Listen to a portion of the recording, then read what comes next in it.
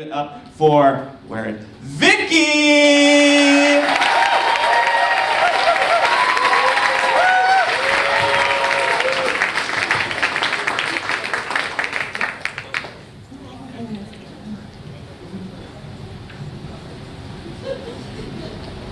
I had gone for lunch at a cafe in West LA with an old friend. We were both in our 60s. It was one of those ghastly lunches where you end up trying to convince each other there was some reason you were ever born. I said to her, you've run that department. That company could not survive without you. She said to me, I'm so impressed by the canvassing for candidates that you have done. That stuff matters. I said it is just too late for us to be Hillary Clinton or Jane Fonda or Stormy Daniels. I mean, do you think those women sit around wondering if they've accomplished a single thing in their entire lives? I walked back to my car after that lunch thinking I'm not even a Wikipedia entry, and it was at that moment that I noticed a storefront that I'd missed seeing earlier. It seemed to be an art museum on this residential street. Above the door it said Benjamin Creme Museum, Modern and Esoteric Art. The inner door was wide open. So I tried the screen door. It was unlocked. I pulled it open. Hello! A man's voice. Directly in front of me, almost blocking the door, there was this sofa with its back to me. And seated in the middle of that sofa, also with his back to me, was the man who had apparently spoken. He didn't get up, he didn't turn around. So I said hello, and then I managed to get around that couch to face him. He was about my age, had this greasy, gray hair, a puffy face. He avoided eye contact. He said, are you familiar with Mr. Creme's work? No. Oh, Mr. Creme is one of the world's premier artists. Oh.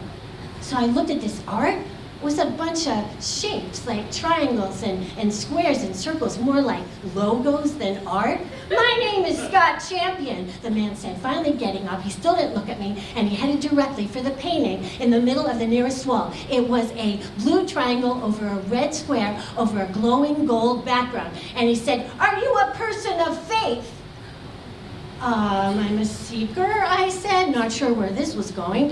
And he pointed at the painting, and he said, the points of the triangle can be thought of as Jesus to Christians, Messiah to Jews, Imam Mahdi to Muslims. All the great religions will wait the second coming. Mr. Creme called this great being Maitreya, Messiah, who will lead humanity into a new age of peace and brotherhood.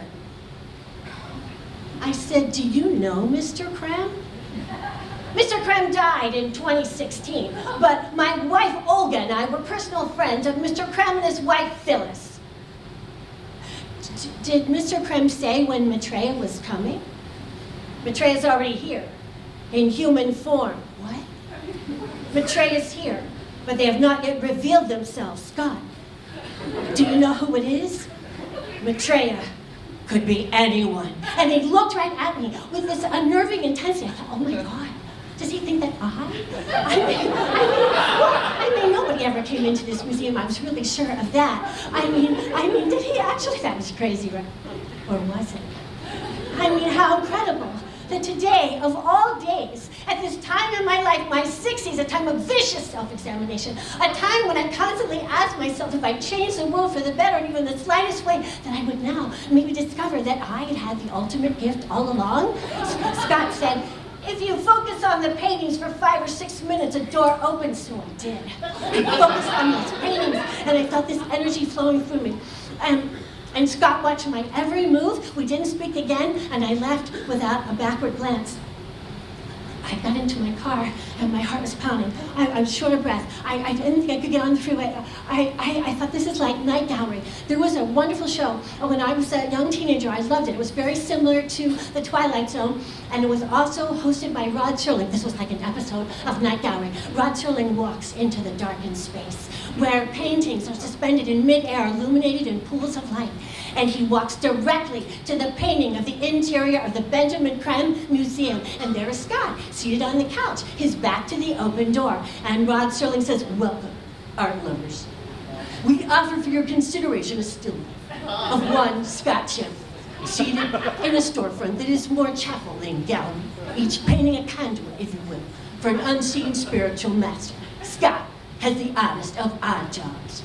He functions as a caretaker, if you will, for a permanent, unchanging collection, as he waits for someone to walk in who just might be the Messiah. And then the camera zooms in on the painting and the museum comes to life.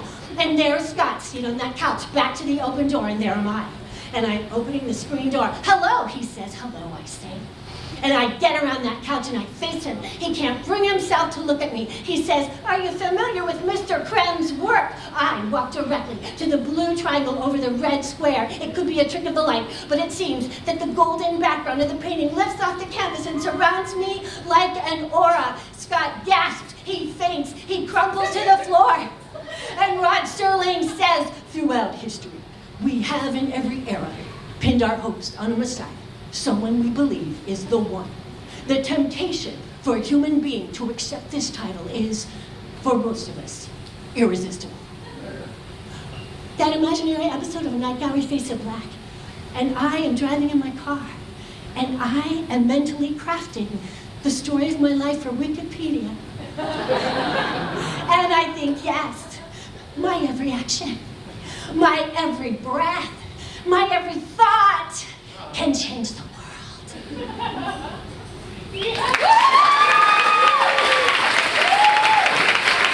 Keep it going for Vicki.